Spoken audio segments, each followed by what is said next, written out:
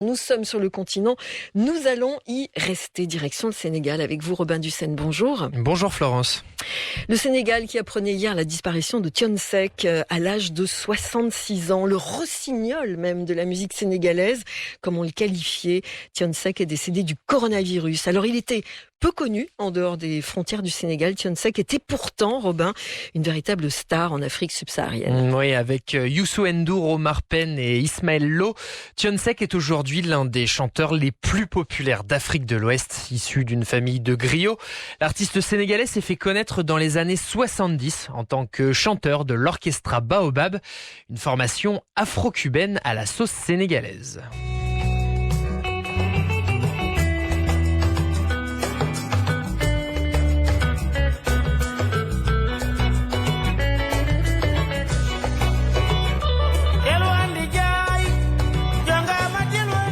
Voilà la voix de Thione Seck dans Orchestra Baobab.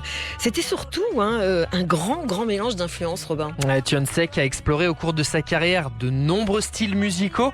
Dans les années 80, il était le leader de Ramdam, un pur groupe de musique mbalax, un genre qui mélange le chant, la funk, voire même le reggae.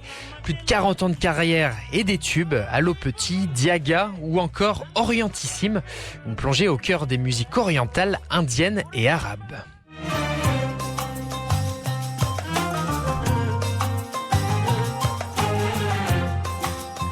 On change de continent.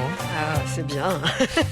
Thione Seck s'est donc éteint hier à Dakar. Sa disparition a suscité de nombreux hommages, Robin. L'ancien maire de Dakar, d'abord, Khalifa Sall, a salué sur Twitter le départ d'un véritable monument de la musique sénégalaise.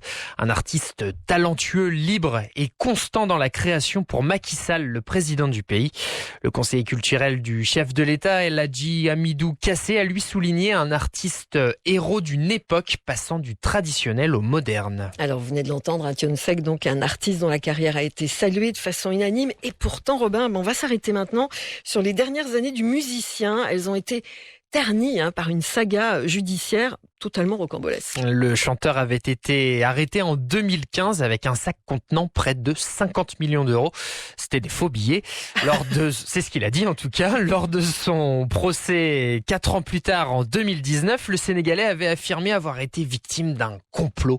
Un complot monté par des Gambiens vivant en Suède qui lui avaient fait miroiter un contrat record de 100 millions d'euros pour une tournée de 105 concerts en Europe, rien que ça. Des explications qui peinent à convaincre. La justice sénégalaise le condamne finalement en 2020 à 3 ans de prison, dont 8 mois fermes, avant que la Cour suprême ne casse et annule la procédure. Thione Seck dans l'actualité jusqu'au bout du bout. À 66 ans en tout cas, l'homme et l'artiste aura marqué son pays, le Sénégal.